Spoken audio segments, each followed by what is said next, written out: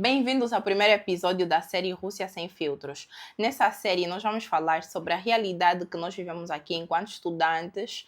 Então fiquem ligados, espero que gostem. Estou aqui com o presidente da comunidade dos angolanos em Moscovo, que vai fazer a série completa comigo. O meu processo de adaptação, na verdade, foi muito difícil, porque quando eu cheguei aqui, para mim era como se eu estivesse a sonhar, como se eu não estivesse aqui. Todos os dias que eu acordava eu me perguntava, será que eu estou mesmo aqui? Será que eu estou mesmo aqui?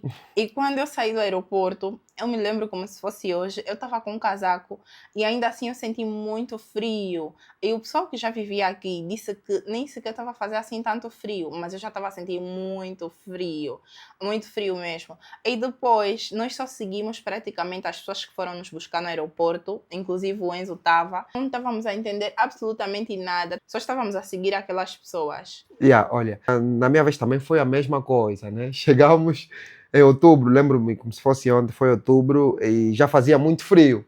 Já fazia muito frio em Moscovo, foi o Laércio que foi a minha busca, e mais outros compatriotas angolanos. Fazia 14 graus, mas para mim era como se estivesse já dentro de uma geladeira ou de uma arca que está completamente congelada. E aquilo foi uma tarde que até hoje está na minha memória, né? Chegamos no albergue, receberam-nos na comandante e o Laércio disse, essa é a responsável do prédio.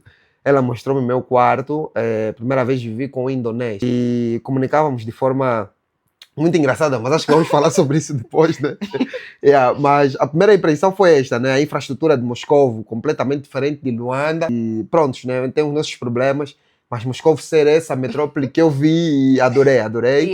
E também não acreditava que estava aqui, né? Tal como você, era como se fosse um sonho. Um jovem veio aqui, jovenzito, não era já adulto como agora, mas foi algo extremamente bom, e de surpreender, não é? Mas hoje já estou aqui há mais tempo, então consigo já dizer que já sou também um colosso de Moscovo. Eu também, por acaso, fiquei fascinada com a estrutura da cidade.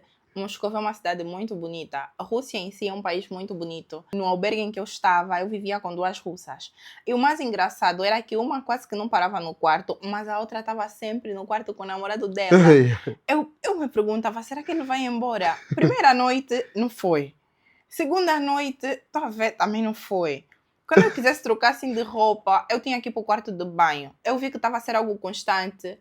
3 dias ou 4 dias seguidos que ele dormia lá. Depois eu perguntei para o jovem que vivia no meu dormitório angolano, por que esse moço, tipo, dorme sempre no meu quarto com a namorada dele? E ele disse, aqui eles são mesmo assim, não tem problema para eles, não sei o quê. Mas eu disse, mas eu não me sinto confortável. Depois eu peguei, falei com a minha colega de quarto, mas foi tradutor, porque eu não sabia falar nada de russo, nada mesmo. Usei o tradutor e eu disse para ela que eu não me sentia confortável, que no meu país não era assim. Depois de alguns dias, né, ela e o namorado dela já não dormiam mais no quarto. Então, o meu processo de adaptação foi muito complexo. Quando cheguei à Rússia, algo que chamou a minha atenção primeiro foi o metrô, não é? O metrô de Moscou foi algo, é um labirinto extremamente bem estruturado, não é? Isso chamou a minha atenção, não é? A facilidade com que as pessoas se locomovem de um local para outro. O que chamou a minha atenção era o dormitório, o conforto que eu tinha aí, né? Eu vivi com um indonês, não é? Um jovem da Indonésia, como já disse, e esse colega ensinou-me muita coisa. Ele falava inglês, falava simplesmente inglês, eu falava português e comunicávamos também por tradutor. E ele tinha um péssimo hábito também, ele cozinhava dentro do quarto, não é? Porque é asiático e os asiáticos têm aquelas panelinhas elétricas e ele cozinhava muito no quarto e eu não aguentava o cheiro. Primeiro ver a questão de comida sendo diferente, depois o cheiro também. O cheiro da comida é uma Exato, coisa desconfortável. desconfortável. É algo que chamava a minha atenção e eu não conseguia. Inclusive, foi motivo de muita briga entre nós. Era que quando ele dormia, ele roncava muito. Isso tirava a minha paz. Eu, eu não consigo dormir quando alguém faz barulho. Eu estou a dormir e há Graças barulho. a Deus nunca vivi com alguém que ronca. Olha, infelizmente, esse foi um dos meus pesadelos. Durante o primeiro ano de língua, porque eu estudei a língua numa outra instituição e depois me mudei para outra para fazer o primeiro ano. Nas duas instituições, os colegas que eu vivi roncavam muito.